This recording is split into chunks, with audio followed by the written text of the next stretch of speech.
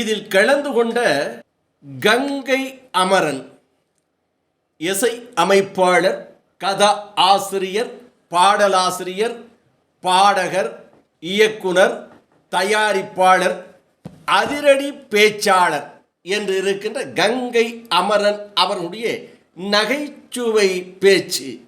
எல்லாருக்கும் வணக்கம். எல்லாருக்கும் வணக்கம். எல்லாருக்கும் வணக்கம். கொஞ்சம் பொறுங்க.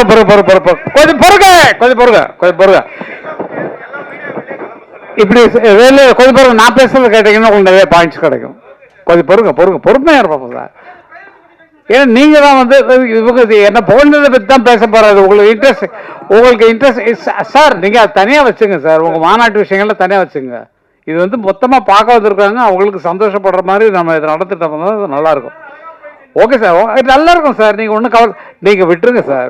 சின்ன சின்ன குற்றங்கள் வரும், அதை அதை மன்னிக்கிறவன் தான் மனுஷன். புரிஞ்சுங்களா? இல்ல நான் சொல்றது என்னன்னா, குற்றங்கள் இல்லாமல் யாருமே எந்த மனுஷனுமே கிடையாது. வெளியில் நல்ல மாதிரி ஆக்ட் பண்றோம், நம்ம நல்லவனான்னு யோசிச்சு பாருங்க. உள்ள இல்ல அது மாதிரிதான் நல்ல மாதிரி நடிச்சிட்டு இருக்கோம். உள்ள எவ்வளவு அழுக்கு இருக்கு, அசிங்கம் இருக்கு.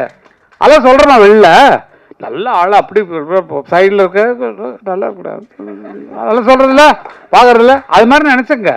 லைஃப்பை என்ஜாய் பண்ணுங்க சார். கோவத்தில் உங்க இதை வேஸ்ட் பண்ணிக்காதீங்க. என்ன மாதிரி இருக்கு எனக்கு எதுவுமே விட்டாது. இன்னைக்கு மத்தியானம் அண்ணன்ட்டு பேசி பெங்களூர்ல இருந்தார். இப்போ பெங்களூர் இருந்தோம்னா சத்தம் போட்டுருந்தா அவர்கிட்ட வந்து, இன்னைக்கு ஒரு சின்ன எங்கள் வீட்டில் ஃபங்க்ஷன், அது வீட்டில் நீ போய் நடத்திடுறாரு. பூஜை ரூமில் போய் எல்லாம் பண்ணியாச்சு. அண்ணன் பேசினோடனே நான் வந்து என்னை கச்சேரிக்கு விட்டு போயிடுவார். ஏன்னா காரணம் இந்த கால் கொஞ்சம் எனக்கு இதாக இருக்குனால உன்னை பார்த்தா எனக்கு டென்ஷன் ஆகுது. நீ வந்து கீழே நடந்துட்டு இருந்தேன்னா எனக்கு வந்து மேலே பாட முடியல, அதனால விசுவாரன்னு நான் அவர்கிட்ட போய் நின்று டான்ஸ் எல்லாம் ஆடி காட்டிட்டேன். இனிமேல் கச்சேரிக்கு நான் வந்தே ஆவேன். ஃபாரின் கச்சேரியில் நிறைய இருக்குது, சிம்பனிக்கெல்லாம் விட்டு போயிட்டாங்க எனக்கு உடம்பு சரியில்லைன்னு. அந்த மாதிரி சண்டையெல்லாம் போகும். ஆனால் இன்னைக்கு அண்ணன் சொன்னாரு, நீ பார்த்தா கச்சேரி வந்தா பேசிட்டே இருப்படான்னு. இல்லைண்ணா, நம்ம ரெண்டு பேரும் பேசும்போது நான் பேசிக்கிறேன். என்ன மாதிரி பேசுறதுக்கு ஆள் கிடையாது அவர்கிட்ட. நல்லா போட்டு கலாட்டா பண்றது இல்லை. அதான் சொன்னாங்களே, ஒரே ஒரு பெரிய தம்பி, அண்ணனுக்குரிய தம்பி, ஒரே ஒரு தம்பின்னா நான் தான். அது எவ்வளவு பெரிய பெருமை பாருங்க. இதுக்கு மேல கிரேடு வேணுமா? நல்லது யோசிக்க. உலகம் புகழக்கூடிய ஒரு சிம்பனி எழுதி எல்லாம் வெளிநாட்டுக்காரெல்லாம் மூக்கில் வரல, ஐயோ அப்படி மொசாட் மாதிரி இருக்கு, விஜயத்தவன் மாதிரி இருக்கு, அதே லிஸ்ட்ல நீங்க வந்திருக்கீங்களே கேட்கும் போது எங்களுக்கெல்லாம் எவ்வளவு சந்தோஷம். உலக புகழ்பெற்ற சிம்பனின்னா உங்களுக்கு புரியாது. அதுல ரசிக்கிறவங்களுக்கு தனி மைண்ட் வேணும். அது மாதிரி நமக்கு போட்டோ அடிச்சா போடுச்சு. தன்னா தர நன்னா தன்னா தேர நன்னா தன்னா தன்னா இது நமக்கு புரியும். அந்த மீனை தெரிஞ்சு அந்த மியூசிக் தான் ரசிக்க முடியும். எதுக்குன்னா நீங்கெல்லாம் தயாராகணும். கேட்டுக்கிட்டா நல்லா தூக்கம் வரும். அது என்னமோ எங்கேயோ கொண்டு போகும். அந்த மாதிரி ஒரு மியூசிக்ல உலக புகழ் பெறணும், நம்மளுடைய பேர் வந்து உலகத்துல பேர் பெறணும்ட்டு இப்ப எல்லா நாட்டிலையும் அவருடைய சிம்பனி அரேஞ்ச் பண்ணிருக்காங்க. ஜெர்மன்ல, டெல்லியில வந்து நடக்க போகுது. இங்க வந்து ஜூன் 2 பண்ண போறாங்க. அப்படிப்பட்ட அண்ணனும் நானும் ஒரே வயிற்றுல, அம்மா வயிற்றுல பிறந்திருக்கோங்கிறது பெரிய பெரிய பாக்கியம். வந்தா இதுக்கு மேல பட்டம் தேவையில்லை சார். எல்லாம் அவர் கொடுத்ததுதான், அண்ணன் கொடுத்ததுதான். ஃபர்ஸ்ட் ஓப்பனிங்ல ஒரு சிக்கன் கொடுத்து, கோழி கூடுன்னு ஒரு படம் நீ வந்து டைரக்ட் பண்ணு அப்படின்னு சொன்னாங்க. நான் யார்ட்டையும் அசிஸ்டண்டாவே இல்லை. படங்கள் பார்த்துருக்கோம், ரெக்கார்டிங் போகும்போது அது எப்படி எடுக்கிறாங்க, அது எங்க க்ளோஸ்அப் போடுறாங்க, எங்க ட்ராலி போடுறாங்க, எங்க வந்து ட்ரெயின்ல போகுது, எல்லாத்தையும் நோட் பண்ணியாச்சு. இது மட்டும் தான் காப்பி ஆக்ஷனே தவிர யார்ட்டையும் வேலை செய்யவே இல்லை. எப்படி எடுக்க போறாங்கன்னா கதை சொல்லிடுறாங்க. எங்க அண்ணன் பாஸ்கருக்கு கதை சொல்றாரு. கதை என்ன வரல, நான் யோசிச்சுட்டு இருக்கேண்ணா அப்படி சொல்லி பேசி இப்படித்தான் கரெக்டாக போகும். அந்த படத்துடைய தீம் பார்த்தீங்கன்னா ஒரு பழைய படத்துடைய தீம், அதை வச்சுதான் டெவலப் பண்ணணும். அதெல்லாம் சொல்லக்கூடாது, ரகசியம் சொல்ல. என்ன புத்திசாலித்தனமா படம் எடுத்திருக்கப்பா, கோழி கூது அப்படி. அந்த மாதிரி கரகாட்டக்காரன் சூப்பர். நீங்க பார்த்துருச்ச தில்லண்ணா மோகன் அவள் தான் கரகாட்டக்காரன். அவங்க ரெண்டு பேரும் டான்ஸர் வச்சாங்க. நாங்க ஒரு நாதஸ்வரமும் ஒரு நாட்டிய காரியம் வச்சாங்க.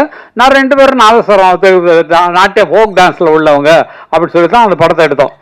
எனக்கு அங்கே சோடாக்காரரை தெரியும், நான் வரேன் அப்படின்னு சொல்லுவாங்க இல்லைங்களா. இப்போ பாலயேஸ்வரன் சொல்லி ஊரு விட்டு ஊரு வந்து காதல் கீதல் பண்ணாதீங்க, பேரு கெட்டு போச்சுதுன்னா நம்ம பொழப்பு என்னதுங்க, விட்டுட்டு தம்பி. இது அவங்க போட்ட வேண்டிய பாட்டை நாங்கள் போட்டோம். பாலையா கூட போனதில்ல, சிவாஜி கூட. என்னப்பா ஏப்பா எங்கப்பா வந்துருக்க நீ, அந்த இடத்துல அவர் பாடிருக்க வேண்டிய பாட்டு அந்த இடத்துல பாட்டு வச்சிட்டோம். அது மாதிரி முன்னோர்கள் நமக்கு பெரியவங்களா இருக்கிறதுனால அவங்கள ஃபாலோ பண்ணாலே நமக்கு நல்ல பேர் வரும். இவங்க அமைப்பு ரொம்ப அருமையான, அவங்க ஐடியாலாம் கேட்டபோது நல்ல அமைப்பா இருக்கு. ஆனால் எனக்கு இன்னும் தெளிவு வரல, எனக்கு மைண்ட்ல எனக்கு தெளிவு வரல. ஓஹோ, இவங்கள்ட்ட சேர்ந்தோம்னா நமக்கு ஆஃப் டிக்கெட்ல நமக்கு படம் கிடைக்குது, நம்ம டிக்கெட்ல பாதி தான், ஐயோ பரவாயில்லையே அப்படின்னு சொல்லி நினைக்கணுமா, இல்லை வந்து கஷ்டப்படுற, இது அருமையான பாயிண்ட் சொன்னாரு உதயகுமார் சார், நடிகர், நம்ம டைரக்டர் யூனியன்ல தலைவர், இவர் செக்ரட்டரி பேரரசு. முதல்ல தயாரா இருக்கக்கூடிய டைரக்டர்ஸ் புதுசா கத்துக்கிறவங்களை கொண்டு வந்து விடாம தயாரிப்பில் இருந்து அவன் உயிரை வச்சுட்டு ஒரு கதையை வச்சுட்டு உட்காந்துருக்க, யாராவது ப்ரொடியூசர் கிடைக்க மாட்டேன்னா எனக்கு கிடைச்சா நல்லா இருக்குமே அப்படின்னு சொல்லி உட்காந்துருக்காங்க, எல்லாரும் யூனியன்ல உட்காந்துருக்காங்க. அந்த மாதிரி ஆட்கள் நீங்க சொல்லுங்க சார், நாங்க அதை போடுறோம் சார் அப்படின்னு இவங்கள்ட்ட கேட்டீங்கன்னா சொல்லுவாங்க. நீங்க அதை எடுத்து பண்ணீங்கன்னா உங்க படம் சக்சஸோ சக்சஸ், வேற அதுக்கு மேல வழியே கிடையாது. நான் நிஜமா என்ன நினைச்சேன்னா, மாநாடுன்னு போட்டிருக்காங்க, இவர் வேற நல்லா பேசிட்டு இருக்காரு, கேன்வாஸ் பண்றது, எவ்வளவு டிக்கெட் 200 ரூபாயா 200 ருபீஸா மெம்பர்ஷிப் எல்லாம் போடுறாங்க. ஒருவேளை இவர் நம்மளெல்லாம் வச்சு ஒரு அரசியல் கட்சி ஆரம்பிக்கிறாரோ, அது அந்த மாதிரி திரட்டுறாரா அப்படிங்கிற மாதிரி எனக்கு மனசுல போனுச்சு. அதான் பேரண்ட்ஸ்ட கேட்டுட்டு இருந்தேன், என்னமானா 2 பேரும் அந்த கோபத்துல தான் இருந்தோம். ஆனா வந்து இது வந்து ஒரு நல்ல அமைப்புல அமைஞ்சா ரொம்ப நல்லா இருக்கும். அப்புறம் நான் ஒரு சின்ன விஷயமா தான் சொல்லணும், எல்லாம் வந்து என்னை பாராட்டி போல்டு தள்ளிட்டாங்க. பொன்மான தேடி நானும் பூவோட வந்தேன், நான் வந்த நேராண்ட மானங்க இல்ல, அந்த மான் போன மாயம் என்ன ஏன் ராசாத்தின்ற பாட்டு போட்டோம். இது கலைமணி ரைட்டர் வந்து ஃபர்ஸ்ட் டைரக்ட் பண்ற படம் எங்க ஊர் ராசாத்திங்கிற படம், நான் மியூசிக். அவர் சொன்னது என்னன்னா, இந்த இடத்துல காதலனும் காதலையும் பிரிஞ்சிருக்கிறாங்க, இந்த பாட்டுக்கு பாட்டு எடுத்து பாட்டுல அந்த மாதிரி நல்லா இருக்கு. பாட்டுக்கு பாட்டு எடுத்துன்னு இந்த பாட்டை சரியா கவனிக்க, பாட்டுக்கு பாட்டு எடுத்தான் தன்னா எதுனா பாட்டுக்கு பாட்டு எடுத்து மத்தாலும் கட் பண்ணிட்டான், ஆரம்பத்தை பிடிச்சிட்டான். தான் பாட்டுக்கு பாட்டு எடுத்து வந்துச்சுன்னா நான் பாடுவதை கேட்டாயோ, அதை கட் பண்ணிட்டு லாஸ்ட் தூக்கி போட்டான். எங்க ஒரு ராசத்துல நீங்க கேட்கப்பட்டது. அது மாதிரி எது ஆதாரம் இல்லாம நம்மளால ஒண்ணும் பண்ண முடியாது. இன்னொரு பாட்டு அருமையா சொன்னீங்க, நீலவான ஓடையில் நீந்துகின்ற வெண்ணிலா. இது பாலாஜிட்ட நான் வந்து மியூசிக் பண்றது அவ்வளவு, ஏன்னா ஒரு டப்பிங் படம் வாங்கிட்டாங்க, ஆல்ரெடி சாங்ஸோட சேர்த்து வாங்கிட்டாங்க. வேற ஒரு மியூசிக் டைரக்டர் பண்ண தெலுங்கு படம் பிரேமாபிஷேகம்னு ஒரு படம், தெலுங்கு படத்தை அப்படியே ரைட்ஸ் வாங்கிட்டாங்க. அந்த சாங்ஸ் மட்டும் நீங்க வாய்ஸ் மிக்ஸ் பண்ணி கொடுத்தா போறோம்னு தான் கூப்பிட்டாங்க. ஆனா அவருக்கு நீங்க அப்படி என்ன இறக்கிடாதீங்க, டப்பிங் படத்து மியூசிக் டைரக்டர் மாதிரி. நீங்க எவ்வளவுதான் சொல்லுங்க, ஒரு பாட்டுக்கு 100 பாட்டு நான் போட்டு காட்டுறேன், என்னோட டியூன்ஸ் எல்லாம் கேளுங்க சொல்லிட்டு அப்படி போட்டது. இது ஒன்றும் பெரிய விஷயமே இல்லை.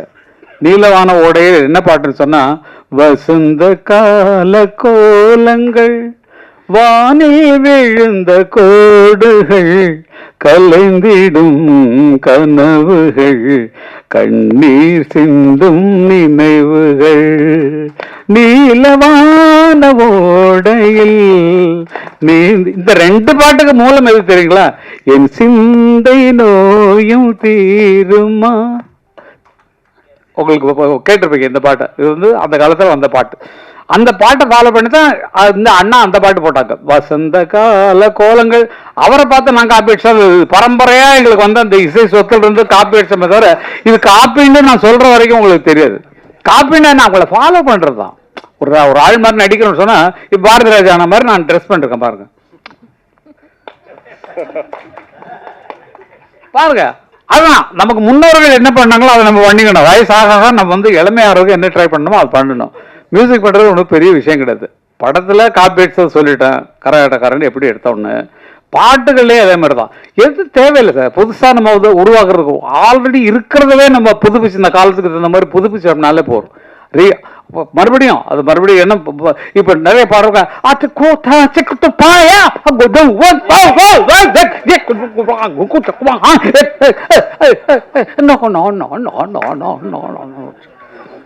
நீங்க நல்லா நினைச்சு பாருங்க, இருந்த கற்பை கெடுத்திருக்கமா காப்பாத்திருக்கமான்னு யோசிச்சு பாருங்க. பாட்டுடைய கற்பு, கதையினுடைய கற்பு எல்லாத்தையும் கலைச்சு. நான் தயவு செய்து தப்பா சொல்றேன்னு நினைக்காதீங்க. படம் பார்த்தா எல்லாரும் துப்பாக்கி வச்சிருக்காங்க, துப்பாக்கி இருக்கு, நிறைய துப்பாக்கி இருக்கு. நான் படம் ஃபுல்லா பார்த்தா தான் என்னால சொல்ல முடியும். காரணம் என்னன்னா, நல்லா இருக்கு, நல்ல ஒரு புதிய குழு உருவாக்கிருக்கீங்க, கதையெல்லாம் பாக்குறோம். கதையெல்லாம் பார்த்தா இப்ப வர்ற கலாச்சாரங்கள் எல்லாமே வன்முறைகளை முன்னால வச்சு வருது. நீங்க அதெல்லாம் நல்லா கவனிக்கணும். பெரிய ஹீரோவா இருக்கட்டும், கமலே இறங்கிட்டாரு, நல்ல நடிகர், விக்ரம் படம் பாருங்க, எத்தனை ஃபைட்டு, துப்பாக்கி எவ்வளவு துப்பாக்கி வெரைட்டியா காட்டுறாரு. எந்த வருஷத்து துப்பாக்கி, இந்த வருஷம் துப்பாக்கி, இனி வரப்போற அட்வான்ஸ் துப்பாக்கின்னு இந்த கல்ச்சருக்கு தகுந்த மாதிரி மாறிட்டாரு கமலஹாசன். அப்போ ஜனங்கள்கிட்ட நல்ல கதையை கொண்டு போய் சேர்க்கறதுக்கும் நல்ல நடிப்புக்கான கதைகள் தேர்ந்தெடுப்பதுக்கும் குறைஞ்சி போச்சு. அதுதான் நல்ல யோசிச்சு பாருங்க. சின்ன கவுண்டர்ல என்ன அருமையான படங்கள், இப்போ பேரரசு எடுத்த படங்கள்ல என்ன அவ்வளவு அருமையான படங்கள். கதையின் நோக்கம் அதை சரியா ஜனங்கள் கொண்டு போய், ஐயோ நம்ம லைஃப்ல நடந்தா அப்படி காட்டுறாங்களே, நம்ம ஊர்ல 10 பெரிய மனுஷங்க வர்றாரு, ஐயோ ஐயா அப்படிங்கிற மாதிரி நமக்குள்ள அந்த உணர்வு வரக்கூடிய கதைகளை நம்ம உருவாக்குறதுக்கு ட்ரை பண்ணணும். நம்ம வாழ்வியல்ல நிறைய கதைகள் இருக்கு, எக்கச்சக்க. நம்ம குடும்பத்தை நினைச்சு பாருங்களேன், நம்ம குடும்பத்தில் நம்ம ஒரு என்ன கஷ்டப்படுறோம், எப்படி பண்றோம், வெளியில எப்படி நம்ம பந்தாவா நடந்துக்கிறோம், இதே ஒரு கதை, அருமையான கதை. எவ்வளவு துக்கங்கள் துயரங்கள் இருக்கலாம். அந்த மாதிரி கதைகளை தேர்ந்தெடுத்தல் இவங்களுக்கு ஒரு அறிவுரை மாதிரி தான் நான் சொல்றேன். அது என்னன்னா, நிறைய பேர் வச்சுட்டு தவிச்சிட்டு இருக்கிறாங்க, எங்களுக்கு ப்ரொடியூசர் கிடைப்பாங்களான்னு தவம் இருக்கிறாங்க. அப்படிப்பட்டவர்களே நீங்க கண்டிப்பாக நீங்க சேர வேண்டியது. இப்போ நீங்க வந்து டைரக்ட் பண்ணிருக்கீங்க, நீங்க இந்த டைரக்டர்ஸ் யூனியன்ல மெம்பர் ஆனீங்களா? நான் கில்ட் இருக்கேன் சார். இல்ல சொல்லுங்க. இதுல சார் வெங்கடையில இல்ல சாரோட கண்டிஷன் போட்டுட்டாரு. இல்ல டெஃபினட்டா மியூசிக் டைரக்டரா இருந்தா எங்க மியூசிக் யூனியன்ல இருக்கணும். ஒரு பாயா ஒர்க் பண்ற பாயா இருந்தா கூட அதுல யூனியன்ல சேரணும். யூனியன் பாய கரெக்டா பிரிச்சு அருமையா வச்சிருக்காங்க. டைரக்டர் யூனியன்ல தான் டைரக்ட் பண்ண முடியும். இல்லாட்டா வந்து ஷூட்டிங் பேக்கப் நிறுத்து, யாரை கட்டியா எடுத்துக்கிட்டு இருக்க அப்படின்னு சொல்லி பேசுற ஆட்கள் பயங்கர பாக்குறதுக்கு சாஃப்டா இருக்காங்க சார். அவங்க பட்ட பிடிச்சாங்கன்னா அவ்வளவுதான் அந்த மாதிரி ஆட்கள். அதே மாதிரி என்ன ரூல் இருக்கோ அதை நம்ம ஃபாலோ பண்ணா நல்லா இருக்கும். என்னுடைய வேண்டுதல் என்னன்னா, இவ்வளவு பெரிய ஐடியாவோட நீங்க பண்ணிட்டு இருக்கிறீங்க, நல்ல கதைகளை வச்சுட்டு எனக்கு ஒரு சான்ஸ் கிடைக்காதா, கிடைச்சா பிச்சலாயா அப்படின்னு சொல்லி நினைக்கக்கூடியவர்கள் நிறைய பேர் இருக்காங்க. அவங்கள யூஸ் பண்ணி நீங்க படத்தை ஆரம்பிங்க, அதுல காசு சேர்த்துக்குங்க. அதுக்கப்புறம் நீங்க வெளியே, ஏன்னா உங்க பாட்டே வந்தது, விட்பா விடமாட்டோம்னு இருந்தது ஃபர்ஸ்ட் வேர்டு. இது வேற எவனா சொன்னா உங்களுக்கு எப்படி இருக்கும்? உங்களை பார்த்து விட்பா விடமாட்டோம் என்ன இப்படி? அப்போ அந்த மாதிரி வார்த்தைகள் ஃப்ராங்கா பேசுறோம். ஏன்னா வந்து அரைச்சொல்னு நம்ம சொல்லுவோம், இது மாத்திக்கிறதுக்கு ஒன்றும் ப்ராப்ளம் இல்லை. விடமாட்டோம்னு மற்றவன், ஏன்னா தியேட்டர் கிடைக்கிறது கஷ்டம், ரிலீஸ் பண்ண விட மாட்டேங்கிறாங்க. இடம் கேப் கிடைச்சா வந்தா ஒரு வாரம் ஃப்ரீயா இருக்கு, அதில் வேணா போட்டுக்கோ அப்படின்னு சொன்னா படம் எங்க வெற்றி பெறாது. அதனால அப்படி சொல்றதுக்கெல்லாம் ஆட்கள் நிறைய இருக்காங்க. பாசிட்டிவ் திங்காக இருக்கணும், டோட்டலாக வந்து நெகட்டிவ் திங்கை பண்ணக்கூடாது. அது மாதிரி அதே மாதிரி வன்முறைகளை தூக்கி கொண்டு வந்து கதையாக்குவது குறையணும். நம்ம வாழ்வியல் சொல்லக்கூடிய கதைகளாக எடுத்தீங்கன்னா ரொம்ப நல்லா இருக்கும்னு நினைக்கிறேன். இசைக்கு முக்கியத்துவம் கொடுத்தீங்கன்னா உங்களுக்கெல்லாம் ஃப்ரீயாக வந்து இளையராஜா பண்ணி வைக்கிட்டு என்னுடைய பொறுப்பு. நிச்சயமா சார், நல்ல கதையை கொண்டு வாங்க, அருமையான கதையை கொண்டு வாங்க. அவர் காசு வாங்கல, அண்ணா இது ரிலீவ் காரியம் பண்ணி கொடுத்துருந்தேன், ஒரு சாங் ஏதாவது பண்ணி கொடுத்துருந்தேன் சொல்லி நான் வந்து என்னால் பண்ண முடியும். அதுக்கு தான் சொல்றேன். ஏன்னா வந்து அதுக்கான கதைகள் அவருக்கு இல்ல, கேளுங்க, அவர் கதையை கேட்டோன்னா இதுக்கெல்லாம் நமக்கு நீங்க வேற யாராவது பண்ணீங்கன்னு சொன்னா அவர் அப்படிப்பட்ட ஆளு. கதையை கேட்டாருன்னா அவருக்கு பிடிக்கணும் மனசுல, நல்லா இருக்க இது எடுத்துருவீங்களா, நீங்க யார்கிட்ட அசிஸ்டண்டா ஒர்க் பண்ணீங்க, இதெல்லாம் கேட்பாரு. எப்படி ஒர்க் பண்ணீங்க, எப்படி இதை எடுப்பீங்க, இவ்வளவு ஸ்ட்ராங்கான கதை சொல்றீங்களே, இல்ல நான் எடுத்த படத்தை போட்டு பாருங்கன்னா உங்க படத்தை பார்த்தாருன்னா என்ன இப்படி படம் எடுத்து வச்சிருக்கேன், போய் இந்த கதையை என்ன பண்ண போறானோன்ற பயத்துல போடக்கூடாத சூழ்நிலைகள் அவருக்கு வரலாம். அதனால நல்ல கலைஞர்களை செலக்ட் பண்ணுங்க, நல்லா கொண்டு வாங்க. உங்களுக்கு உதவுறதுக்கு நாங்கள்லாம் இருக்கோம், நாங்கள்லாம் மொத்தமா இருக்கோம். நானும் சரி, நீங்க எந்த டைரக்டர் வேணாலும் போடுங்க, நாங்க 3 பேருமே கவிஞர்கள், பாடலாசிரியர்கள். உங்களுக்கு ஃப்ரீயா பாட்டு எழுதி தரோம், நீங்க யார வேணாலும் மியூசிக் போடுங்க. இப்ப நீங்க போட்ட பாட்டவே நான் மியூசிக் டைரக்டருங்கிற முறையில் சொல்றேன், அது உங்களுக்கு தெரியறதுக்கு சான்ஸ் இல்லை, எனக்கு தெரிஞ்சது சொல்றேன். 2-3 இடத்துல வந்து அந்த ஃபீமேல் வாய்ஸ் டோனை வந்து ஒரு செமிட்டோன்னா அந்த சுதி இருந்துச்சுன்னா பாட்டுருக்காங்க, அதை நோட் பண்ணி அந்த இடத்துல பிச்சை ஏற்றணும் கொஞ்சம். அந்த மாதிரி சில வேலைகள்லாம் இருக்கும் உங்கள் சாங்கில், அது மாதிரி ஆடியோவில் சொல்கிறேன். எங்களுக்கு அந்த புத்தி தான், என்ன இப்படி பண்ணிருக்காங்க அப்படிங்கிற மாதிரி வரும். மற்றவங்களுக்கு தெரியறது சான்ஸே கிடையாது. மியூசிக் தெரிஞ்சவங்க மற்றவங்களாம் தெரிஞ்சாங்கன்னா இது மாதிரி அட்வைஸ் பண்ணுவாங்க. எதுக்கு நான் அட்வைஸ் பண்ணுறேன்னா, மறுபடியும் வந்து உங்களை நான் பார்த்துட்டு இதெல்லாம் சொல்ல போகிறதில்ல, இது ஒன்று தான் எனக்கு சந்தர்ப்பம் கிடச்சிருக்கு, இதில் தான் என்னுடைய ஆதங்கத்தெல்லாம் கொட்டி ஆகணும். அதனால் நீங்கள் அடுத்து பண்ண போகிறதுல இன்னும் தெளிவாக பண்ணுங்கள். கொஞ்சம் நல்ல மியூசிக் தெரிஞ்சவங்களாம் போடுங்க, நாங்கள்லாம் இருக்கோம் ஃப்ரீயாக பண்ணி தர்றதுக்கு. நிஜமா இந்த மாதிரி ஆட்கள் நிஜமா கண்டிப்பா நான் பண்ணுவேன். அவர் மியூசிக் பண்றவர் தான். பேரரசு பாட்டு சொன்னாலும் டியூன்ல தான் சொல்லுவார். நீங்கள் அவர் படத்தில் வர்ற பாட்டெல்லாம் கேட்டீங்கன்னா அவர் சொன்ன டியூனில் தான் அவர் பாட்டெல்லாம் வந்திருக்கும். அந்த மாதிரி நான் கேட்டேன், உங்கள் படத்துக்கு நான் ஏதாவது பாட்டு எழுதிருக்கேன். இல்லை நான் விட மாட்டேங்க, நான் தான் எழுதிருக்கேன் பாட்டு அப்படின்றது. உங்களை மாதிரி தான் அப்படின்னாரு. நான் முதல்ல எல்லாத்தையும் வச்சு எழுதினேன். இவர் ஆர்வி உதயகுமார் படங்கள்லே நான் பாட்டு எழுதுறேன். முக்கிய மூக்கா முட்டையுள்ள கேக்கா பாக்கியது வைக்காம செத்து விடு ஷோக்கா கொண்ட முடி காக்கா கண்ணு கொட்ட பாக்கா கண்ட உடனே கன்னி பையன் வீக்கா. இது மலையாள கப்பக்கிழங்கா இல்ல மயிலாப்பூர் வத்த குழம்பா இல்ல பம்பாயி பூரி கிழங்கா நம்ம பட்டிக்காட்டு கோழி குழம்பா பறிக்காத கத்திரிக்கா. அந்த மாதிரி பாட்டு படப்படன்னு இவருக்கு கொஞ்சம் நல்லா இருக்குப்பா, கமர்ஷியலாக நல்லா இருக்கும் பாட்டு சொல்லிட்டு அது மாதிரிலாம் பண்ணிய விஷயங்கள் உண்டு. நல்ல ஜெயிச்ச குழு நாங்கள்லாம், மற்றவங்களை வழிவிட்டு உட்காந்துருக்கோம். இப்போ எழுதுனா ஃபுல் சாங்கு நாங்கள் தான் எழுதிட்டு தெரியணும். அதனால மற்றவங்க புதுசாக வரவங்க என் பையன்கிட்ட நான் சொல்லுவேன், டே நீ உங்கள் அப்பங்கிறதுக்காக ஒரு பாட்டு மட்டும் என்னை வச்சுக்க, மற்றவங்க உனக்கு யார் பிடிக்கிறாங்களோ அவங்களுக்கு பாட்டு இல்லை. இப்போ அவங்க படத்தில் கோட்டில் ஒரு பாட்டு என்ன ஸ்விங்கி சச்சு சொச்சு அந்த மாதிரி மூக்க ராக்கு ராமாயிங்கிற மாதிரி வெஸ்டர்னில் போட்டான். அவ்வளோதான். அதை போட்டு அதுக்கு எழுத சொல்லி இங்கிலீஷ் வேர்டெல்லாம் போட்டு நமக்கு தெரியாத வேர்டெல்லாம் உள்ளே பூத்தி பாட்டு பண்ணோம். அதனால் எந்த சூழ்நிலைக்கும் ஒத்து போகிற ஆட்கள் உங்களுக்கு பக்கபலமாக எப்போதும் வந்திருக்காங்க, உங்கள் கூடவே இருக்கிறாங்க. எந்த நேரமே இவங்களை அழைக்கலாம். ஒரு கதை ரெடி பண்ணிங்கன்னா இந்த மாதிரி ஆளுக்கு கதை ரெடி பண்ணிருக்கோம், அந்த கதையை கேட்டு ஏதாவது சேஞ்சஸ் இருந்தால் சொல்லுங்கன்னா அதுக்கு கூட நாங்கள் ரெடி. ஏன்னா சினிமா உலகத்தில் இருக்கோம், சினிமா வேலையை தவிர வேறு எந்த வேலையும் கிடையாது. நாங்கள் சம்பாதிச்சதுக்கு நிறைய ஒரு எஸ்டேட் வாங்கி நிறைய வீடுகள் கட்டி வாடகை விட்டு பேசாமல் உட்காந்துருக்கலாம். அதெல்லாம் வரல. இளையராஜா இருக்கிற சொத்துக்கு மேலேயா அவ்வளவு இருக்கு. ஆனால் அவரு வேற பக்க சிந்தனையே கிடையாது. உட்கார்றதெல்லாம் மியூசிக் எழுதுதான், அவ்வளவுதான். வேற சதா சர்வகாலமா அதே சிந்தனையிலே உட்கார்ந்துக்கூடியவர் நான் பார்த்த வரைக்கும் நான் கொடுத்து வச்சேன் எங்க அண்ணா இளையராஜா தான், வேற யாரும் கிடையாது. மற்றவங்களுக்கு வேற வேற இருக்கு. என்னால விட்டீங்கன்னா இப்போ நைட்டு அவங்க கூட பார்ட்டிக்கு போயிட்டு அப்படியே போயிட்டு வரேன். பார்ட்டினா நான் வந்து சாப்பிடல, அது உண்மையிலே ரெக்கார்ட் பண்ணிக்கிறேன். அவங்கள மாதிரி நான் சாப்பிட்றதில்ல. இல்லை, அவங்க சாப்பிட்டுட்டு சாப்பிடுவாங்க, நான் சாப்பிடுவேன், அவ்வளவுதான். அது மாதிரி இல்லை, எல்லாருமே இவங்களை பண்ணிட்டு சொல்ல சினிமாவில் எல்லாம் அது ஒரு ரிலாக்ஸ். ஃப்ரெண்ட்ஸோட சேர்ந்தமா ஜாலியாக இருந்தோமா அது போட்ட உடனே மனசுலாம் கொட்டும். அதான் கொண்டு வெளியே நீங்களே ஆயிடுவீங்க. 2 மாச்சான் இன்னொன்று சொல்றியா, எனக்கு ஒன்று சொல்றியா, இன்னும் ஒன்று கொடுத்துடலாமேடா, இன்னொன்று இல்லைடா இவன் ஃபுல்லாக விட்டுட்டு இதுக்கு மேலாம் ஆட்சிருக்கேன்டா முக்கால் சுமாரா நான் இருக்கிற கஷ்டத்துக்கு சொல்லுங்க சொல்லிடாது அதுக்கு ஆளாதுடா இன்னைக்கு பிற ஆளுதல் சொல்லி ஆறுதல் சொல்ற மாதிரி ஆயிடுவோம். நம்ம அது கூட ஒத்து பண்ணணும். நல்லவைகளை நினைவுகள் நல்லதே நடக்கும். நீங்க எடுத்திருக்க முயற்சி ரொம்ப அருமையான முயற்சி. அந்த வெற்றி பெற எங்கள் அத்தனை பேர் சார், எங்க பின்னால் இருக்கக்கூடிய அத்தனை படைகளும் உங்களுக்கு உதவ தயாரா இருக்கிறோம் என்று சொல்லிக்கொண்டு உங்களிடமிருந்து விடைபெறுவேன். நான் போக வேண்டியது 2 மணி நேரம் டிராவல். அவரு உதயகுமார் அவர்களும் பக்கத்துல தான், பக்கத்தில் நாங்கள் மாவலிபுரம் பக்கத்தில் இருக்கோம் எங்கள் வீடு. ஊர் வேண்டாம், ஊர் விட்டு ஊர் வந்து ஓடி போகிற மாதிரி ஓடி போயிட்டோம் நாங்கள், இந்த சிட்டிக்குள்ளே இருக்க வேண்டான்ட்டு. அது ஒரு சந்தோஷம். அதனால நீங்களும் தனியாக இருக்காதீங்க, குடும்பத்தோடு இருக்கு, குடும்பத்தோடு இருக்கு. Copyright correct sir, correct sir. ஏன்னா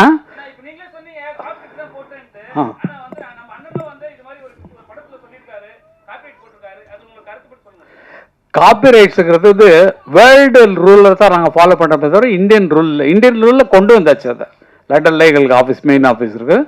உலகம் ஃபுல்லாக என்ன ஒருன்னா, மைக்கேல் ஜாக்சன் அவர் மியூசிக் பண்ணி அவர் பாட்டு எழுதி அவர் நடிக்கிறார் இல்லைங்களா, அவர் கொண்டு வந்த திட்டம் தான். கொண்டு வந்து அது எல்லாருக்கும் அப்படி பரவிடுச்சு. காரணம் என்னென்னா நம்மளுடைய படைப்பு. இப்போ வந்து கதாசிரியருக்கு கதையில் உரிமை உண்டு, எத்தனை லாங்குவேஜ் மாற்றினாலும் அவங்களுக்கு உரிமை உண்டு, பாட்டுக்கும் அவங்களுக்கு சம்மந்தம் இல்லை. ஏன்னா தனி கிரியேஷன், தனி உங்கள் பாட்டை படத்துக்கு ஒட்டாமல் ஒரு மியூசிக் டைரக்டர் போட்டு நீங்கள் வந்து அவங்கள்ட்ட பாட்டு வாங்குறீங்க. உங்கள் படத்துக்கே போட்ட ஸ்பெஷல் சாங்கு, அதுக்கு பாட்டு எழுதுனது ஒருத்தர், அவருக்கு 2 பேர் தான் கிரியேட் பண்ணுறவங்க. அதுக்கப்புறம் தான் அடுத்த கூலிக்காரங்களாக வர்றது பிளேபேக் சிங்கர்ஸ் வருவாங்க. அவங்களுக்கு பணம் கொடுக்குறோம், அவங்க வந்து பாடுறாங்க. முதல்ல இருந்த எங்களுக்கு சரஸ்வதி ஸ்டோர்ஸில் உள்ள கான்ட்ராக்ட் இருந்தோம், எங்களுக்கு தெரியாது. அவங்க வந்து பூஜை அன்னைக்கு வந்து ஒரு 10,000 ரூபா அட்வான்ஸ் கொடுப்பாங்க. இன்னைக்கு வரைக்கும் தெரியாது. எங்கள் அன்னக்கிளி படம் அவ்வளவு சேலாயிருக்கு, பத்திரகாளியெல்லாம் அவ்வளவு சேலாயிருக்கு. அந்த ரெக்கார்டுக்கு 1 பைசா எங்களுக்கு வரல. அதுக்கப்புறம் தான் அண்ணா என்ன பண்ணாங்கன்னா, ஃபஸ்ட்டு கான்ட்ராக்ட் போடும்போது மியூசிக் கான்ட்ராக்டை அவர் வாங்கிடுவார். தட் இஸ் பணத்தை எவ்வளோ நாள் கம்மி பண்ணிக்கோ, எனக்கு இந்த மியூசிக் ரைட்ஸ் எங்கிட்ட தான் இருக்கும் லைஃப் லாங். ஏன்னா எங்கள் அண்ணனோட லைப்ரரியில் அது வந்துடும், என்னோடய பாட்டுகள் எல்லாமே அது வந்துடும். அப்போது ஒரு தரம் கச்சேரியில் நான் சொல்லி திட்டினதுக்கு அப்புறம் தான் கச்சேரி ஆட்களை ஃப்ரீயாக பாட சொன்னார். பாலுவை திட்டினேன் இல்லையா, அதுக்கு நான் சத்தம் போட்டேன். அவர் உனக்கு தேவையா நான் ஆய்வுன்னு கத்தினேன். அதில் வந்து கொஞ்சம் சண்டையெல்லாம் வந்துச்சு. அதுக்கப்புறம் ஸ்டேஜில் பாடுறவங்களுக்கு ஒன்றும் கிடையாது, நீங்கள் ராயல்ட்டி கட்ட தேவையில்லை. அதை எடுத்து யூஸ் நீங்கள் 7 கோடி ரூபாய் கொடுத்து ஒரு மியூசிக் டைரக்டர் போட்டு அவன் பாட்டுக்கு கைதட்டல் விழாமல் எங்கள் பாட்டுக்கு விழுந்துட்டு இருக்கியா? நீ பொட்டு வச்ச தங்க கோடா ஊருக்கு நீ மகுடம் போட்டோம். அந்த பாட்டை போட்டு நீங்கள் ஆடுனீங்கன்னு அர்த்தம். சொர்க்கமே என்றாலும் அது நம்மூரை போல வருமா? 7 கோடி ரூபாய் கொடுத்தவன் பாட்டு கிட்டாவில் எங்கள் பாட்டை போட்டவொடனே கைதட்டல் வருது. ஏன் ஜோடி மஞ்ச குருவி நாடுன பாட்டு தான், சாஞ்சாடு நெஞ்ச தழுவின்னு. மியூசிக் போட்டவன்ல ஓன் பாட்டு கிட்டாவில்லையா? எங்கள் பாட்டு போட்டவொடனே ஆளுக்கு கைதட்டான், உச்சில் அடிக்கிறான், டான்ஸ் ஆடுறான். அப்போ அதுக்கு கூலி எங்களுக்கு வரணும் இல்லை? எங்கள் பேர் போடாமல் தானே எங்கள் மியூசிக் டைரக்டர் பணம் கொடுத்து அவ்வளோ கொடுத்து அவங்கள்ட்ட வாங்க முடியாது தானே எங்கள் பாட்டு போடுறீங்க. அப்போ எங்களுக்கு அதில் பங்கு உண்டு இல்லை? எங்களுக்கு கொடுத்துருக்கணும் இல்லை? எங்கள்கிட்ட பெர்மிஷன் வாங்க, பெர்மிஷன் கேட்டால் ஃப்ரீ அண்ணன் கொடுத்துருவார். இப்போ கேட்காம போடுறது தான் அவருக்கு கோவம் வர்றது காரணம். எங்கிட்ட கேட்கல, எங்கிட்ட பெர்மிஷன் வாங்கலை அப்படின்னு சொல்லி சண்டை போடுறது காரணம் பணத்தை ஆசை இல்லை சார், கொட்டி கிடக்கு சார். பல பேர் நினைக்கிறீங்க, ஆனால் வந்து இந்த ரூலுங்கிறது விதிப்படி நம்ம போயே ஆகணும். விதி எவ்வளோ உருவாக்குனானோ, இப்போ இவங்க கதையை வந்து வேறு லாங்குவேஜில் போட்டாங்கன்னா இவங்க எவ்வளோ வேணாலும் கிளைம் பண்ணலாம். என்னோட சீன்ஸ் இவ்வளோ, அதாவது எங்களுக்கு 40 செகண்ட்ஸ்னு வச்சுக்கலாம், அதெல்லாம் ரூல்லாம் சொல்ல சொன்னால் உங்களுக்கு புரியாது. அந்த மாதிரி அவங்க கதையின் மெயின் கதையை எடுத்து வேற கதை பண்ணாலும் இது நம்ம கதையில் கூப்பிட்றாங்க அப்படின்னு சொல்லி கூப்பிட்டு நம்ம வாங்கிக்கிறதுக்கெல்லாம் ரைட்ஸ் உண்டு. எதான் உருவாக்கினானோ அவனுக்கு அதில் பங்கு உண்டு. அந்த மாதிரி தான் அந்த ராயல்ட்டிங்கிற விவகாரம் போயிட்டு இருக்கு. அது இனிமேல் பிரச்சனையே வேண்டாம். ஏன்னா பாருங்க, எந்த படத்துக்குமே வராது. ஏன்னா எங்களுக்கு தெரியல, நம்மகிட்ட பெர்மிஷன் கேட்காம போட்டுருக்கானே அப்படிங்கும் போது தான் உங்களுக்கு வருது. அஜித் படம் அதெல்லாம் ஒன்றும் இல்லை, எங்கள் பாட்டு அவ்வளோதான். ஒன் மியூசிக் போட முடியல, எங்கள் பாட்டு தான் உனக்கு ஜெயிக்க வைக்குது அப்படிங்கிற சந்தோஷத்தோடு இருப்போம் நாங்கள். அது கேட்டுருந்தா இன்னும் சந்தோஷமாக கொடுத்துருவோம். கேட்கலங்கிறனால தான் கொஸ்டின். என்னுடைய சொத்தை எப்படி திருடலாம், நீ என்னுடைய கேட்டுக்குள்ள எப்படி நுழையலாம், நீ தான் ஒரு மியூசிக் டைரக்டர் வச்சிருக்கே அவனை படம் சொல்லி அந்த மாதிரி அப்படின்னு சொல்லி அவங்களாம் என்கரேஜ் பண்ணுறதுக்கு தான் அந்த விஷயமெல்லாம். அதனால எல்லாமே நல்ல வைக்கிறது தான் புரிஞ்சுக்குங்க. எல்லாம் எங்களுக்கு பணத்தாசை கிடையாது இல்லை, எக்கச்சக்கமாக இருக்குது, செலவு பண்ண முடியாமல் எக்கச்சக்க பணம் வச்சுருக்கோம். இப்போ ஒரு ரியல் எஸ்டேட் அது யாருக்கும் நாங்கள் ஏன் ஹெல்ப் பண்ண, நீங்கள் உழைச்சி முன்னுக்குவாங்க. நீங்கள் யாரும் என்ன பண்ணுறீங்கன்னு கேட்குறீங்க, அதெல்லாம் இல்லை. ஏன்னா இப்போ கல்யாண மண்டபம் கட்டி வாடகை தான் விடுவோம், நல்ல துட்டு உட்காந்துப்போம். எதுக்கு இது அடுத்த பிஸ்னஸ்ஸு? நமக்கு வரக்கூடிய அடுத்த சந்ததிகளுக்கு சேர்த்து வைக்க தான் அப்பங்காரம் இருக்கான். அதனால் சேர்த்து வச்சலாம் அடுத்த குழந்தைங்களுக்கு, பேரன் பேத்திகளுக்கு, அந்த அண்ணன் பிள்ளைங்களுக்கு, தம்பி பிள்ளைங்களுக்கு, அக்கா பிள்ளைங்களுக்கு, இவங்களுக்கு கொடுக்கத்தான் எங்களுக்கு. அதுக்கு தான் சம்பாதிக்கணும், அவங்களும் நல்லா இருக்கணும் எங்களை மாதிரின்னு. அதனால ஒவ்வொருத்தரும் அப்படி வாழுங்க. மற்றவங்களுக்கு தான தர்மம் பண்ணுறோம் அதெல்லாம் சொல்ல தேவையில்லை. தான தர்மம் பண்ணுங்க, மற்ற கஷ்டப்படுறவங்களுக்கு கொடுங்க, ஃப்ரீயாக கொடுங்க, மனசார இருக்கு. ஆனால் நீங்கள் சம்பாதிக்கிறது உங்கள் குழந்தைகள் பின்னால் வர்றவங்க கஷ்டப்படக்கூடாதுங்கிறதுக்காக சேர்த்து வைங்க. இதுதான் எனக்கு நாங்கள் சம்பாதிச்சதை நாங்கள் இப்போ என்ன பண்ணிட்டு இருக்கோமோ அதை உங்களுக்கு சொல்கிறோம். நீங்கள் அதே மாதிரி இருங்க, சந்தோஷமாக இருங்க. இன்னைக்கு நல்லா இருக்கிறீங்க, நாளைக்கு நல்லா இருக்க போகிறீங்க. இனிமேல் வருங்காலத்தில் இன்னும் உயர்ந்து நீங்கள் வாழ்வீங்க. உங்கள் எண்ணத்தை ஸ்திரப்படுத்துங்க. நம்ம என்ன ஒரே நோக்கத்தில் இருக்கணும், நான் டைரக்டர் தான், நான் ஃபிலிம் டைரக்டர் தான் வரப்பேன், இல்லைப்பா நான் நடிகராக தான் வரப்போகிறேன், ஏன்னா அதில் எய்மாக இருக்கேன். அந்த கனவு தான் உங்களை மேலே கொண்டு போவேமே தவிர 10 பக்கம் திங்க் பண்ணிங்கன்னா வராது. மியூசிக் கிடைச்சா பண்ணலாமே, பாட்டு எழுதுனா எழுதலாமே, அப்படி வச்சுக்கூடாது என்ன மாதிரி. ஆனால் எல்லாத்துலேயும் நான் ஜெயிச்சிட்டேன், எல்லாத்துலேயும் பாட்டு எழுதுறதுலையும் ஜெயிச்சிருக்கேன். எல்லா பாட்டும் என்ன பாட்டெல்லாம் சொன்னேன்னா அது எக்கச்சக்கமாக இருக்குது. அந்த மாதிரி அதுலேயும் ஜெயிச்சிருக்கேன். மியூசிக் டைரக்ஷனில் 168 படம் பண்ணிருக்கேன். அது 2000 பாட்டு வரைக்கும் எழுதியிருக்கிறேன் நிறையா. எல்லாத்துலேயும் ஜெயிச்சது கடவுளுடைய செயல். என் நோக்கம் வந்து எந்த வேலை கிடைச்சா, இப்போ நீங்கள் ஒரு வேலைக்கு விட்டீங்கன்னா வந்துடுவேன் நான். அந்த மாதிரி வேலை வேணும். அதனால அந்த மாதிரி வளர்ந்தவங்க நாங்கள். நீங்களும் உங்கள் மனசை மாற்றிக்கொண்டு நல்லவைகளே நிலைங்க, நல்ல நோக்கியே பயணப்படுகள். நடக்கிறது எல்லாமே நல்லா நடக்கும். உங்கள் ஐடியா பிரமாதமாக இருக்குது. நான் சொன்னதை மனசில் ஏற்றுக்கொண்டு டைரக்டர் சென்னையில் டைரக்டர் பிடிங்க, எல்லாம் உங்களுக்கு ஃப்ரீயாக பண்ணி தரதுக்கு நாங்கள் இருக்கோம். எல்லாம் பார்த்துக்கலாம், சீக்கிரமாக பண்ணலாம். Thank you sir. நன்றி நன்றி, எல்லாருக்கும் நன்றிங்க, ரொம்ப நன்றி நன்றி. நகர்வள பகுதியில் வணக்கம் கூறி விடைபெறுவதற்கு முன்பாக இதுபோன்ற செய்திகளை உங்கள் நீலமலை தொலைக்காட்சியிலும் உங்கள் நீலமலை தொலைக்காட்சி யூடியூப் பகுதியிலும் கண்டு மகிழுங்கள் என்று தெரிவித்து, யூடியூப் பகுதியிலே பார்ப்பதற்கு நீங்கள் இதுவரை யூடியூப் பகுதியிலே அங்கத்தினராக மாறாமல் இருந்தால் உடனடியாக என்எம் டிவி யூடியூப் பகுதியிலே சென்று சப்ஸ்கிரைப் செய்து பெல் பட்டனை அமர்த்தி அங்கத்தினராக மாறுங்கள் என்று தெரிவித்து, இந்த செய்திகளை எல்லாம் உங்களுடைய கருத்துக்களை நீலமலை தொலைக்காட்சி ஆவலோடு எதிர்பார்க்கிறது என்று இன்னும் நீலமலை தொலைக்காட்சி நேயர்களுக்கும் உங்களுடைய கருத்துக்களை அன்போடு பதிவிடுங்கள் என்று பண்போடு கேட்டு நகர்வள பகுதியில் வணக்கம் கூறி விடைபெறுவது என்றென்றும் உங்கள் நீலமலை அன்பில்